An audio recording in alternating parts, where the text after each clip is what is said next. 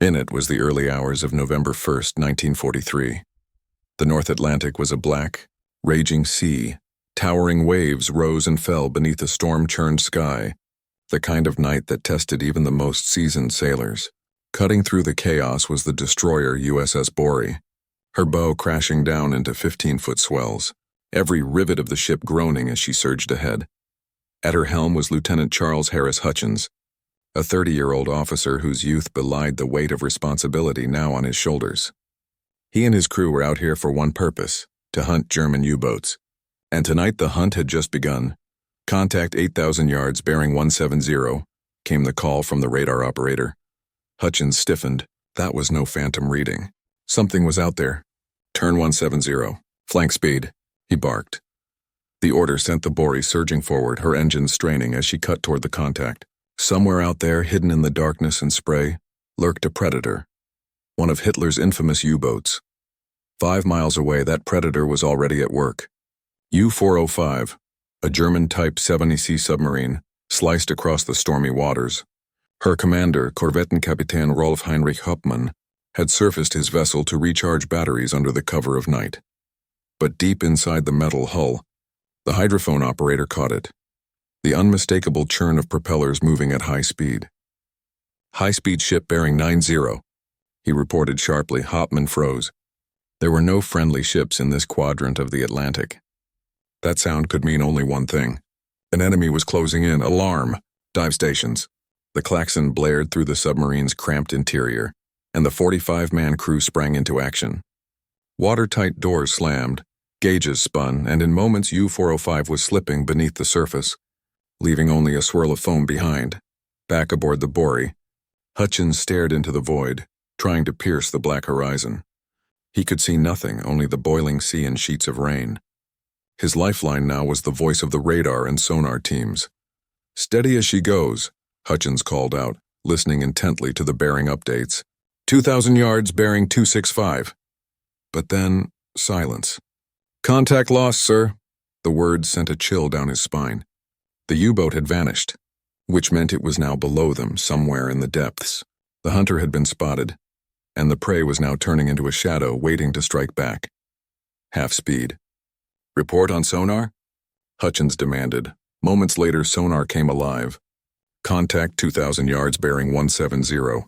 Hutchins wasted no time. "Turn 170. "Bring us in!" Below the waves, the submarine crew strained to track their pursuer. The hydrophone operator could sense the destroyer's approach, the steady pounding of screws, the haunting ping of sonar pulses, but it was not precise enough to line up a counterattack. "They're closing in, Captain," Hauptmann ordered. "Hard to port." "Change course." But the American sonar team was relentless. 600 yards. "Prepare port depth charges," came Hutchins' order.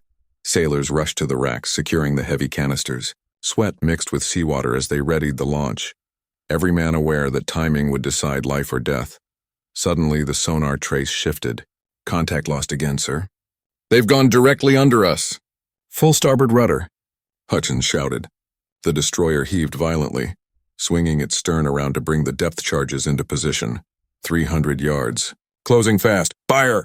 With a thunderous thunk, the charges rocketed into the sea, sinking into the black void before erupting in a violent chain of underwater explosions. Inside U-405, the world became a storm of terror. The hull groaned like a dying beast as shockwaves ripped through the submarine. Men were thrown from bunks and posts as the bow shuddered. "Flooding in the forward compartment, Captain," cried a sailor. Hauptmann's face hardened. A submerged sub could not withstand uncontrollable flooding. The pressure would crush them. There was no choice. "Surface!" "Surface at once. Man the deck guns."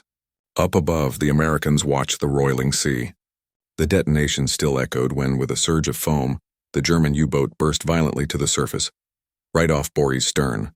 "There she is." "Astern!" a lookout shouted. "Searchlight on." "Lock the beam," Hutchins ordered. A brilliant white light cut across the storm, and there, illuminated like a beast dragged from the deep, was U-405. From its hatches poured German sailors, scrambling across the slick deck in the wind and rain. Within seconds, their 20mm anti-aircraft guns roared to life, spitting fire into the night. Shells streaked through the spray, hammering Borie's hull and shredding her superstructure. American sailors ducked for cover as sparks and shards of steel sprayed around them. But the Germans were not finished.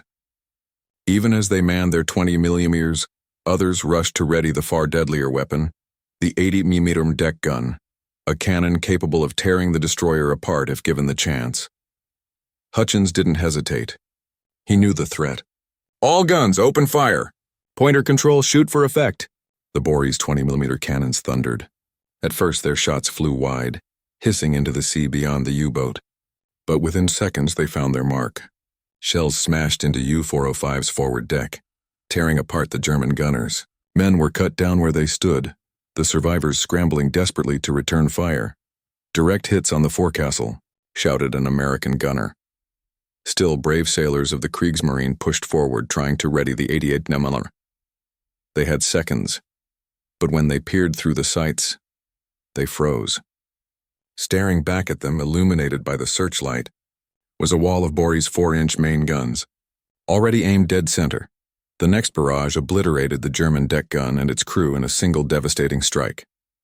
Smoke rolled over the deck as bodies slipped into the sea, but the submarine still floated.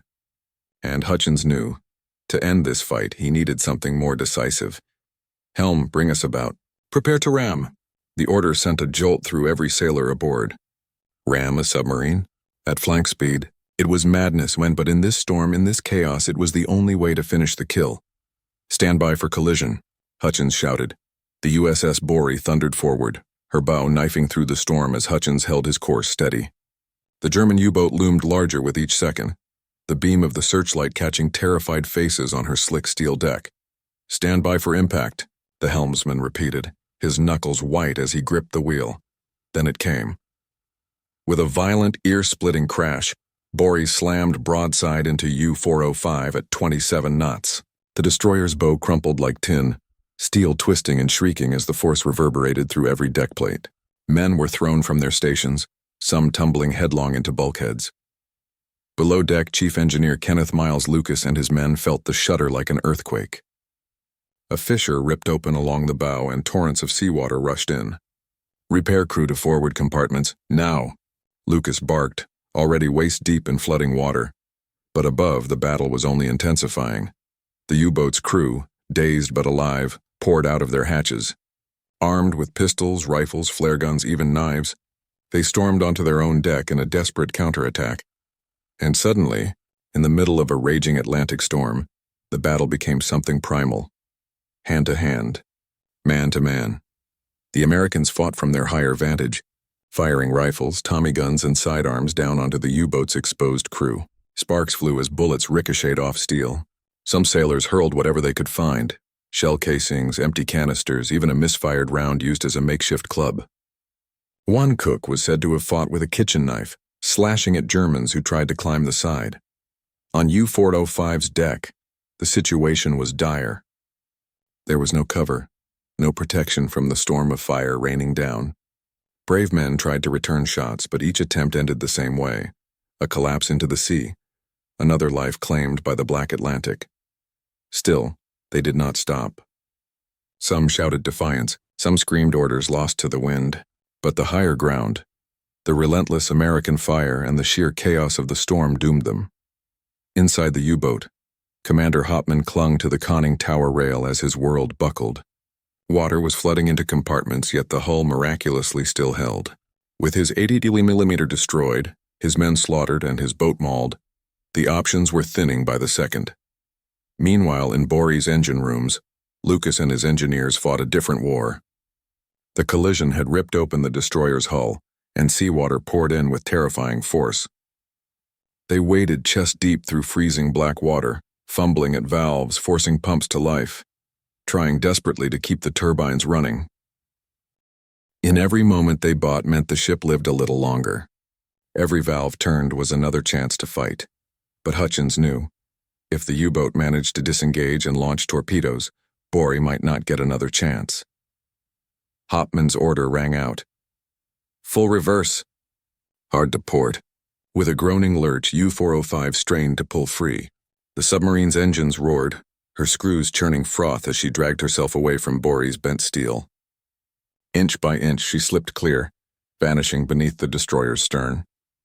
The Americans leaned over the rails, shouting curses and firing wildly, but the submarine slid out from under them. "Target slipping portside," cried a lookout. Hutchins saw the danger immediately. If U-405 could regain space, she could line up a torpedo spread. Ready torpedo mounts. The crew obeyed, swinging one of Borie's triple tubes into firing position. The hiss of compressed air followed. Thump! As a torpedo launched into the storm, its white wake cutting across the waves. All eyes followed it, breath held. Then a groan of disappointment, a miss. Hopman seized the chance. Though his crew was shattered, only 15 men still combat effective, he gave one final gamble. "Turnabout. Ready torpedoes!" The submarine began a desperate pivot, her prow swinging toward Borie. The men aboard the destroyer knew what that meant. If she fired, even one torpedo could end them. But Hutchins was already thinking ahead. "Disable the searchlight!" he ordered suddenly. The brilliant beam which had bathed the U-boat in light blinked out, plunging the storm into total darkness. On the U-boat, confusion rippled through the survivors. Hopman frowned. "They've lost us. Prepare to disengage." He ordered his men to abort the torpedo run and turn starboard, thinking they had escaped the Americans' sights. But Hutchins had never lost them. His radar had tracked the U-boat every second, even in the dark. Now, at the perfect moment, he snapped his trap shut. "Searchlight on." The beam blazed back to life, and there was U-405 directly ahead, caught in the act. "Helm, ram it again," Hutchins thundered. The destroyer heaved starboard, her engines howling as she lined up another collision. The storm raged as the USS Borie swung hard to starboard, her searchlight pinning the enemy in a cruel white glare. The men aboard clung to whatever they could as the destroyer strained through the turn, spray lashing across the deck like shards of glass. On the U-boat, Hopman saw the danger too late. "Evasive maneuvers!" "Hard over!" he shouted, his voice nearly drowned out by the storm. The submarine heeled violently, trying to slip past Borie's prow. For a moment it seemed she might succeed, her sleek hull gliding just out of reach. But Hutchins was relentless. "Hard starboard!"